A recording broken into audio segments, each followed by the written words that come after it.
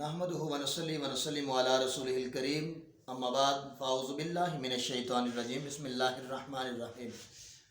معزز سامعین و ناظرین، آج 10 رمضان المبارک ہے، 10واں روزہ ہے، اور آج کا دن ایک بڑی ہی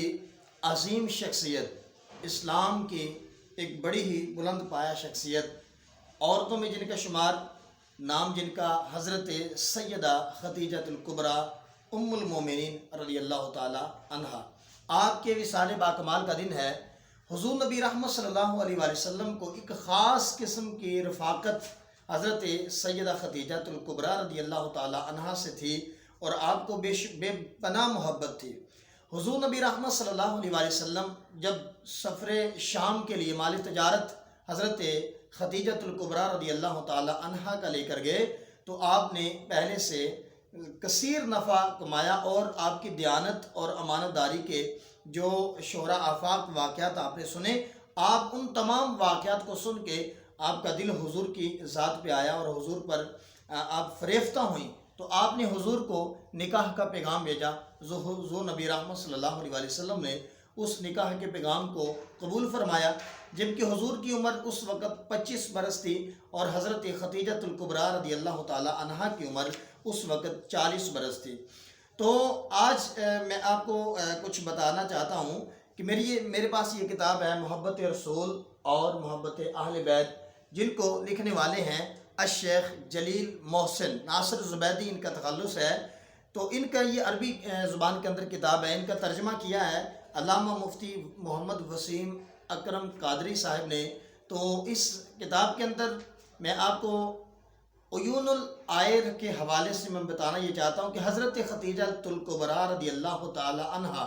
حضور کے نکاح میں آنے سے پہلے آپ کے 2 نکاح ہو چکے تھے۔ تو ان 2 نکاحوں میں حضرت خدیجہ الکبری رضی اللہ تعالی عنہا کے 2 بیٹے تھے، ایک کا نام ابو حالہ تھا اور ایک کا نام ہند تھا۔ ابو حالہ، مورخین کہتے ہیں، بعض روایت کے مطابق آتا ہے، یہ کتاب کے اندر لکھا ہوا ہے، جو آپ اس کتاب کے اندر دیکھ سکتے ہیں، صفحہ نمبر 36 کے اندر آپ اس کو دیکھ سکتے ہیں کہ ابو حالہ حضرت خدیجہ الکبری رضی اللہ تعالی عنہا کے 2 لڑکے ہوئے، ایک کا نام حالہ اور دوسرے کا نام ہند تھا۔ بعض روایت کے مطابق حالہ زمانہ جاہلیت میں ہی فوت ہو گیا، اور ہند کو شرف صحابیت حاصل ہوا، یعنی وہ حضرت خدیجہ الکبری رضی اللہ تعالی عنہا کے اسلام لانے کے بعد اس نے بھی حضور کی ذات پہ اسلام قبول کیا، حضور کے ہاتھوں پہ کلمہ پڑھا، تو وہ بھی شرف صحابیت کے اندر داخل ہوئے۔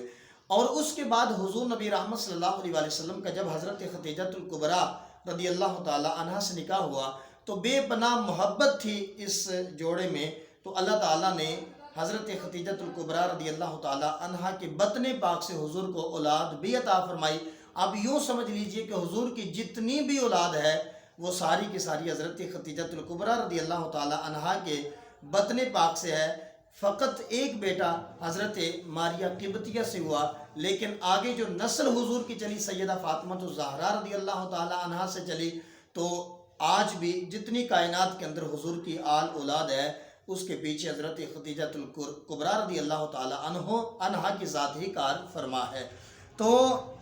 حضور نبی رحمت صلی اللہ علیہ وسلم غار کے اندر تنہا تشریف لے جاتے، اور خلوت نشینی آپ کا مشغلہ تھا۔ اور ایک دن اچانک جبریل حضور کی بارگاہ میں آئے، آ کے کہتے ہیں کہ حضور کی بارگاہ میں وحی پیش کرتے ہیں، کہتے ہیں اقرا۔ تو حضور نے آگے سے ارشاد فرمایا، ما انا بقاری، میں پڑھنے والا نہیں ہوں۔ تو حضرت جبرائیل امین دوبارہ اللہ کی بارگاہ میں گئے، پیغام وحی لے کر آئے، اللہ تعالیٰ کا پیغام لے کر آئے، وحی کی صورت میں آ کے کہا، اقرا بسم ربک الذی خلق، اے پیارے حبیب اللہ کے نام کے ساتھ پڑھیے جس نے پیدا کیا ہے، جس نے انسان کو جمے ہوئے خون سے پیدا کیا۔ تو اللہ کے نام کا جب حضرت جبرائیل امین نے ذکر کیا، تو حضور علیہ السلام نے اس وحی کا آغاز کیا، یعنی اقرا بسم ربک الذی خلق۔ تو حضور کی جو کیفیت تھی، حضور کو کپکپی طاری ہوئی، اور حضور کے جسم کے اندر جو کپکپاہٹ تھی، حضور فوراً گھر تشریف لائے حضرت خدیجہ الکبری رضی اللہ تعالی عنہا کے پاس، اور آ کے کہا، زملونی زملونی، مجھے چادر اڑائیے چادر اڑائیے۔ تو حضور پریشان بھی تھے، حضرت خدیجہ الکبری رضی اللہ تعالی عنہا نے آپ کو چادر اڑائی، اور بعد میں حضور نے جب سارا واقعہ سنایا تو حضرت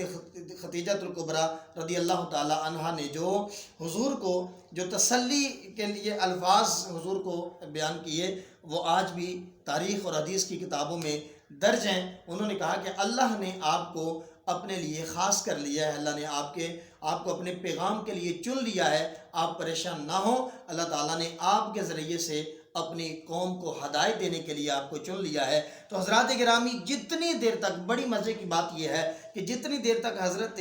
سیدہ خدیجہ الکبریٰ رضی اللہ تعالی عنہا حضور کے نکاح میں رہیں تو حضور کی محبت حضرت خدیجہ الکبریٰ سے اتنی تھی کہ آپ کے ہوتے ہوئے حضور نے دوسری شادی نہیں کی۔ جب آپ کا وصال ہوا تو حضور نے اس کے بعد باقی شادیوں کا سلسلہ جاری فرمایا۔ تو حضرت خدیجہ الکبریٰ رضی اللہ تعالیٰ عنہا جس سال آپ کا وصال ہوا،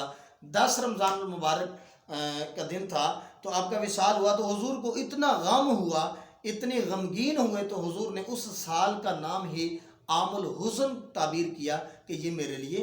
غم کا سال ہے۔ حضرات گرامی، ہماری تاریخ کا اور ہمارے اسلام کی یہ بہت ہی اہم شخصیت کہ آج بھی پوری دنیا میں جن کی اولاد سید بن کے، ہمارے سردار بن کے ہمارے پاس موجود ہیں، وہ حضرت خدیجہ الکبریٰ ہی ان کے پیچھے کار فرما ہیں۔ اور حضور کی دعوت تبلیغ کے اندر بھی حضرت خدیجہ الکبریٰ رضی اللہ تعالی عنہا کی بڑی خدمات ہیں، اسلام کے لیے بڑی قربانیاں ہیں۔ اس لیے آج ہم نے ان کا ذکر اس لیے کیا کہ ہمیں اپنے ان